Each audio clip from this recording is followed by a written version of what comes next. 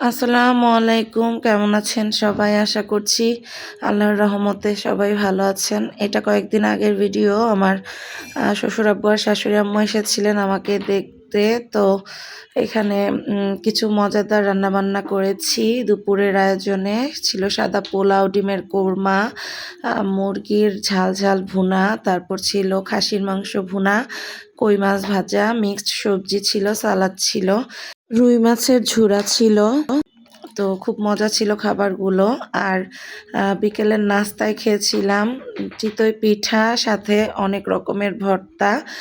তো এইখানে আমাদের এখানে একটা দোকানে এই চিতই পিঠাটা বানায়, খুব মজা হয়।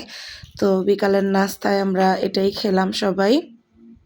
তারপর সেদিন রাত্রের আয়োজনে করেছিলাম পাবদা মাছ টমেটো দিয়ে মাখা মাখা একেবারে। তারপর মিক্সড সবজি তো ছিলই, আর মুড়িঘণ্ট করেছিলাম। তারপর চিকেন ভুনা ছিল।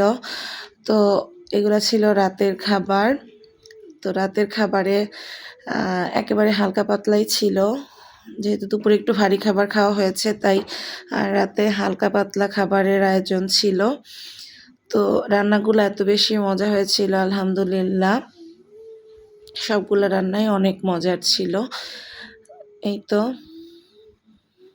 আমার শ্বশুর আব্বু মাংস চাইতে বেশি ভর্তা, ভাজি, সবজি, মাছ এগুলা বেশি পছন্দ করেন। তো আমার শাশুড়ি আম্মু আমার জন্য আবার এই পিঠাটা বানিয়ে নিয়ে এসেছিল। আর শ্বশুর আব্বু তো আমার পছন্দের এই যে ছানার মিষ্টি নিয়ে এসেছিল।